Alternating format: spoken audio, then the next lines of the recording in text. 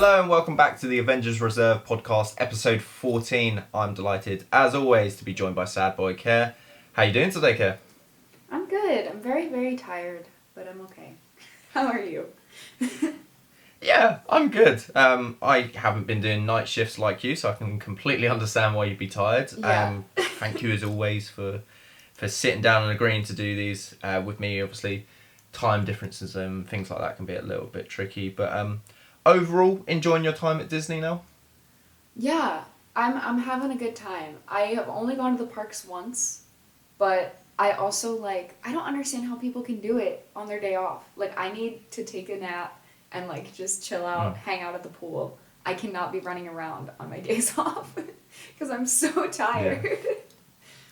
But but it's fun. Yeah, I can imagine it's also that part where you're surrounded by it as well. It's almost like the last thing that you want to do, right? Not really. A lot of people are every day off I'm going to the park. And I'm like, I can't do that. I don't have the energy for that. You know me. I like to sit in bed and do nothing. So even though I'm at Disney, I don't know. I don't really... I feel like the thing is too, I could go whenever I want, so I don't really need to go right now, if that makes sense. Sure. You know? Yeah, sure. So.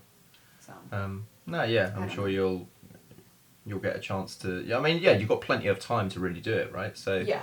There is definitely no rush. But yeah, no, good to hear that you're enjoying life over there. Always good to hear. Thank you. So yeah. I think the most recent bit of news in the MCU is that Hawkeye got a release date of November 24th. Yes. I think following the kind of success of Black Widow and the post-credit scene that kind of revealed a little glimpse into who will be making an entrance into Hawkeye. Really excited to see that series, to be honest.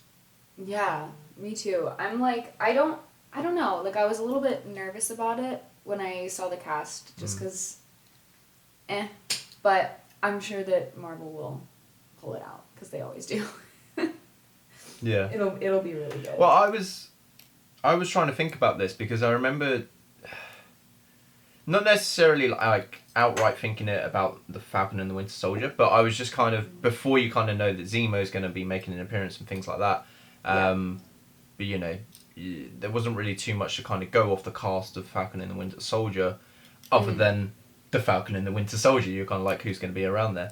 But I think with Hawkeye, Jeremy Renner, I think is really good actor. Has kind of been around the game for a very long time. Loves his Marvel work, and I think it's definitely going to be an interesting one. I think we were saying the other day though that I swear it was originally not meant to come out until next year, so it's just good to see it push forward.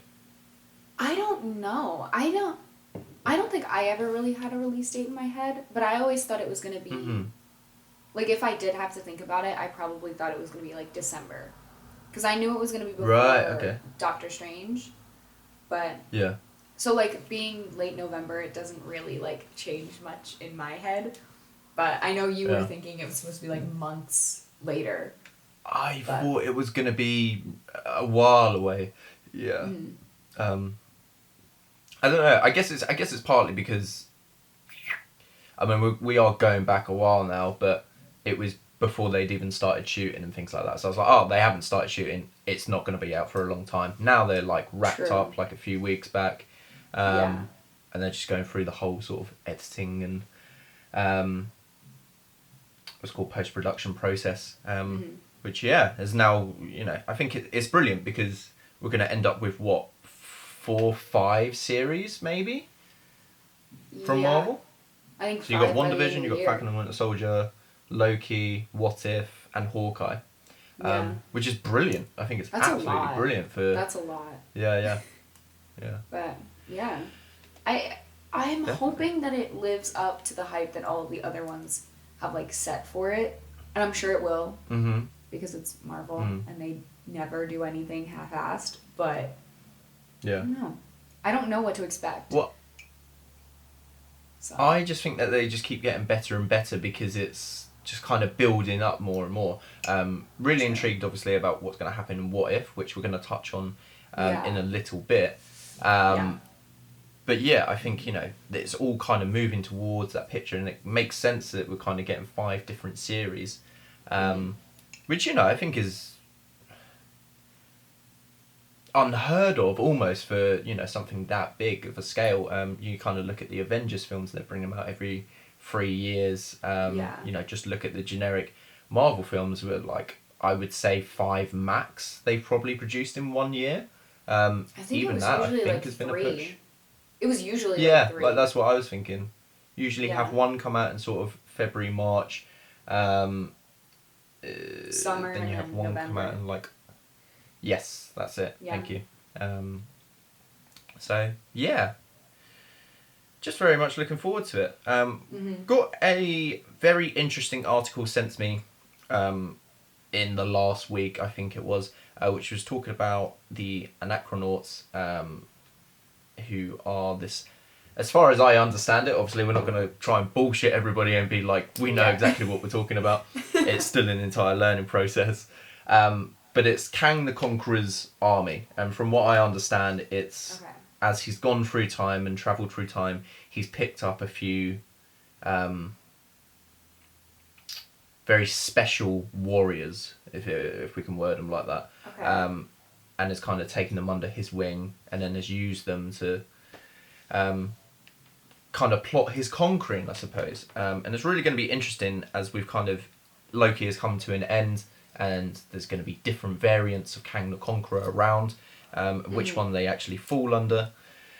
And yeah, just interested to kind of get your thoughts on this, really. Obviously, like I said, we don't know too much about the Anachronauts, but from what I understand, it's a very powerful team, which are more dangerous than the Thanos army, a lot more dangerous than Thanos' army, who, if you remember seeing in Infinity War, looked pretty impressive, very overpowered at times. Yeah. The thing about Thanos' army was, I expected them to be, I'm not saying that they weren't, like, difficult to, like, beat, because they were, but I expected them to be, like, a lot harder, like, a lot more, like, stand your ground and, like, nothing is going to get past them kind of thing. Whereas, like, I feel like they were easily tricked out of situations. So I'm interested to see how Kang's army, like, I'm interested to see if it'll, like, do better, which you're making it sound like they'll be a lot stronger and a lot harder to beat, which is good, because I was kind of hoping that Thanos' army would be a little bit harder.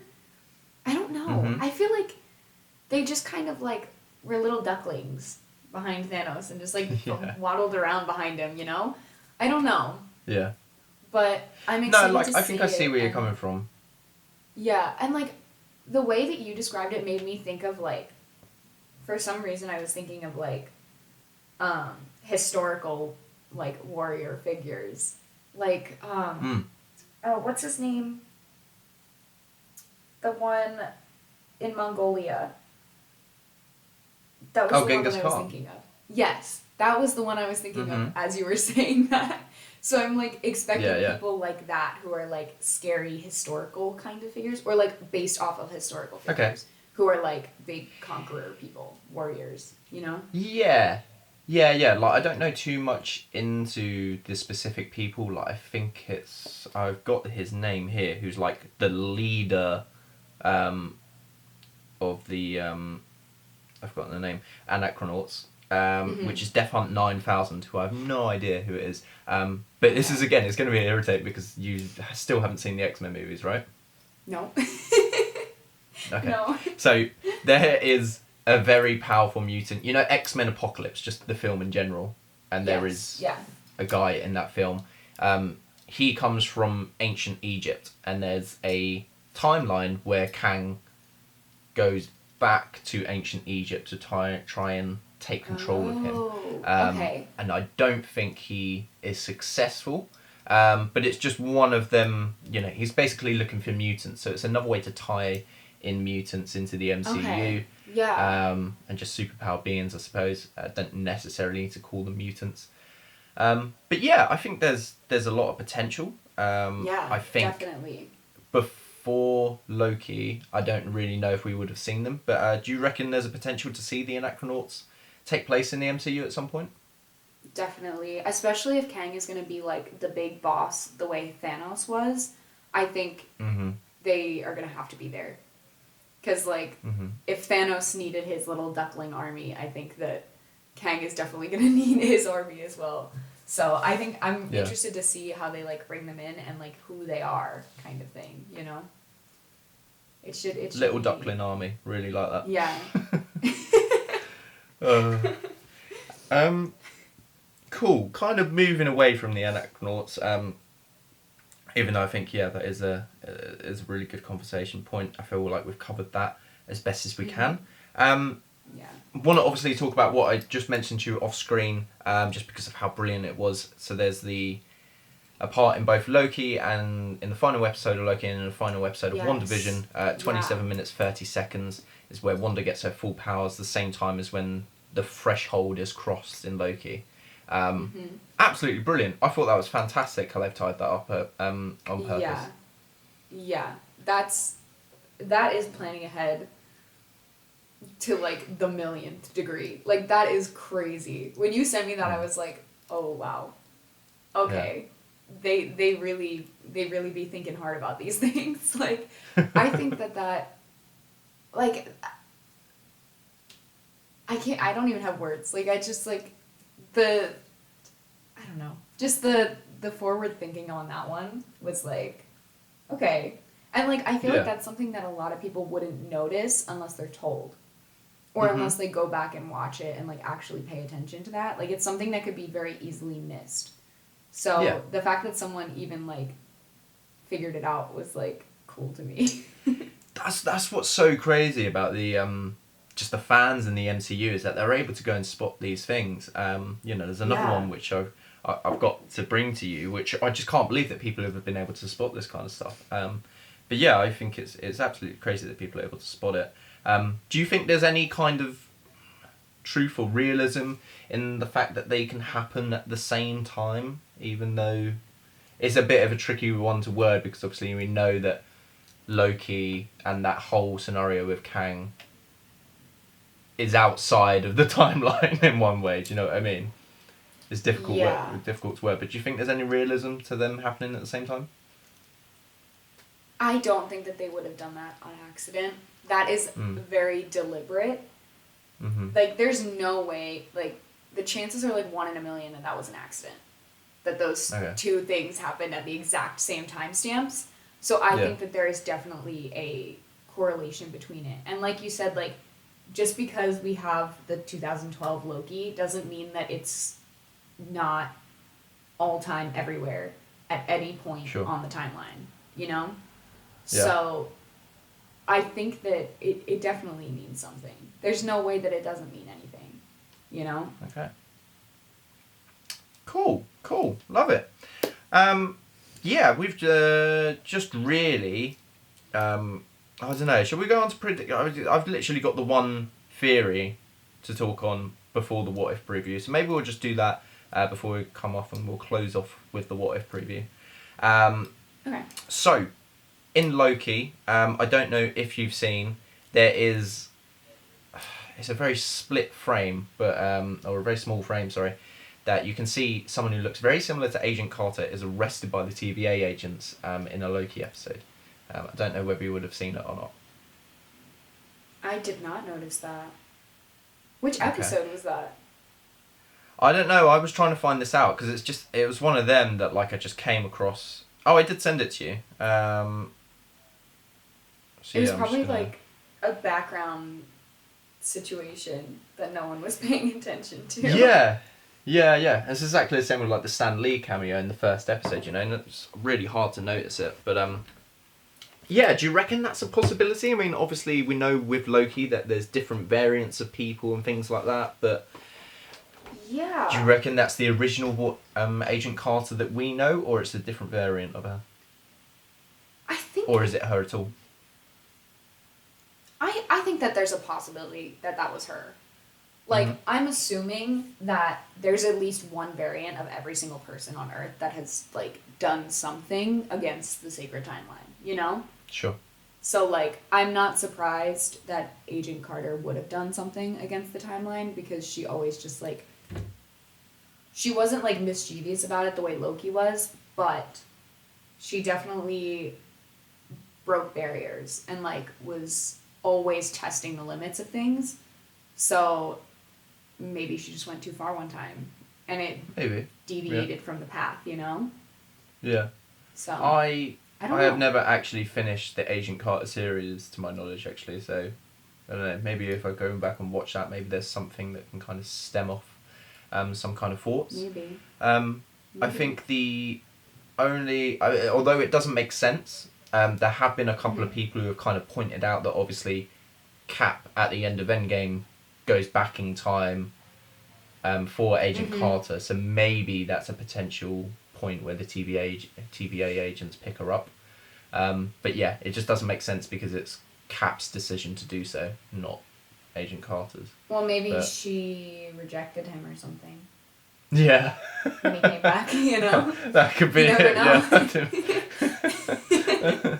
That's Maybe a she good was one, like, yeah. no. Okay. Cool. Yeah, so we're obviously just going to close off with the What If preview as we look ahead to next week's newest Marvel series, which I honestly cannot believe it's come around this quickly. We've had basically it's only 3 weeks off I think from Loki. I think 2 weeks, pretty much. Yeah. Maybe 3. So yeah, I mean, it's come around very, very quickly. Trailer looks absolutely amazing. How excited are you for this new induction for the MCU? I'm really excited about it. I love animated, like, TV shows and stuff. So I'm excited to see, like, even just the animation from, like, the previews, the way that they get every character to look like the actor that plays them is, like, insane to me. And I don't know. I'm excited to see what they do. And with animation, they have a lot more, like, creative freedom to do a lot more, like, crazy, weird, out there things. So I don't know what to expect because obviously it's What If.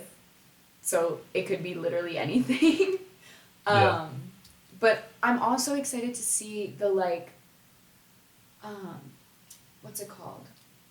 It's kind of like a Black Mirror type situation where, like, every episode is, like, its own story, right? Like, that's how it's supposed to be. I think that's what I came across, yeah. Yeah. So, like, it's kind of like like it'll the focus Black on Mirror specific of, like, characters and things like that, yeah. Yeah, it's kind of like the Black Mirror of Marvel, in my opinion. So, like, I'm excited to see, like, what crazy scenarios they actually, like, get people into. I don't know. I don't know what to expect. I know I'm expecting to love it, but that's about it. Yeah. Okay. No, yeah. I think I can basically mirror your kind of points, very excited for an animated series. And I think, the whole possibility in that literally anything can happen, I think makes it very exciting. Captain Carter, I'm really, really excited to see. Yeah. I think that'll be absolutely fantastic whenever that episode is. But I mean, talk to me about the cast as well, because they've decided to use a lot of the original voices and the characters. Sorry, not characters. A lot of the original cast from the MCU. You've got Tom Hiddleston in there. You've got Chadwick Boseman as the Black Panther. Okay. You've got Michael B. Jordan making return. Sebastian Stan's in there. I didn't know that they used all of them, actually. Yeah. Or, No, like, I most of literally them. just found it out in the last 5 minutes. Oh, okay, fair enough. Yeah, I'm glad that they did that, though, because it keeps kind of, like, the integrity of the character, even though it's an animated character instead of the real thing. But, like, I think it also will help, like, people make connections to, like, actual Marvel in that way. just Okay, keeping the voices the same. And like I was saying earlier about the animation, it's like they literally look like the actors that play them, the characters. So like I'm glad that they used the actors' voices to match the drawings of the actual actors in those situations. I think that's really cool. I didn't know that. I didn't know they did that. No, yeah. So I think it's cool. yeah, and it's quite a surprising fact because I think it's very rare for whenever live action films or whatever create an animated series, for them to really go to that extra length and use the same cast members just for voice acting. I think it's very, very rare. So yeah, I don't know. It's hard to really say what to expect. It's like I said, I think from what we've seen, there's Killmonger, who there's a scenario where he saves Tony Stark, so there's that whole potential of there not actually being an Iron Man. Really looking forward to seeing how that plays out. Like I said, Captain Carter. Any others that you can think of from the snippets of the trailers that we've seen that you're really excited to see? Isn't there one where Black Panther is Star-Lord? Yes. I think that is right. It's something like that, isn't it? It's not... I want to see how they do that. Yeah. That's going to be a very interesting, like, character development, in my opinion. Because, like, instead of just taking some random kid from, like, Missouri or whatever, they took a future king. A future king, yeah. And I want to see, like, what Wakanda does from that. Like, I want to see if they, like, memorialize him or something, you know? Yeah, definitely. So. That's interesting. Yeah. Yeah, no, very much looking forward to What If. I can't really think anything else to really add on to it, just because it's really hard to kind of know what to expect. It's basically that series that is giving you any sort of possibilities that could happen. So yeah, just very excited to see it. Do you think there'll be mid-credit scenes, post-credit scenes to kind of tease the upcoming Marvel productions? Maybe. I'm not sure. I could see it, but I'm not entirely sure, just because of the whole nature of the show being like what if scenarios. Sure. But you never know. They could be. I think the only way that I can see them doing it, just because of what they've done in the past, is doing a sort of Miles Morales sort of post-credit scene or mid-credit scene. Something like that, because I think it will keep it intact with the whole animation. And I think as well as that, you've got Venom and then the Spider-Man film coming out later this year. So I feel like they would really want to tease it in some way, give some sort of glimpse there. That's really what I'm expecting, if anything, from mid and post-credit scenes. Okay, so that pretty much wraps up episode 14 of the Avengers Reserve podcast. Thank you very much for tuning in today. Whether that's been on Spotify, Facebook, YouTube, we always appreciate your support. Of course, a flyer comes into the shot as soon as I'm closing off. Yeah, thank you very much. Obviously, you can check out Ker's channel, Twitters, everything like that in the YouTube description, annotations on the screen if you're on YouTube. And yeah, thank you very much for your support. We'll see you next week for our first episode of What If Breakdown. So look forward to that. Bye-bye. Bye.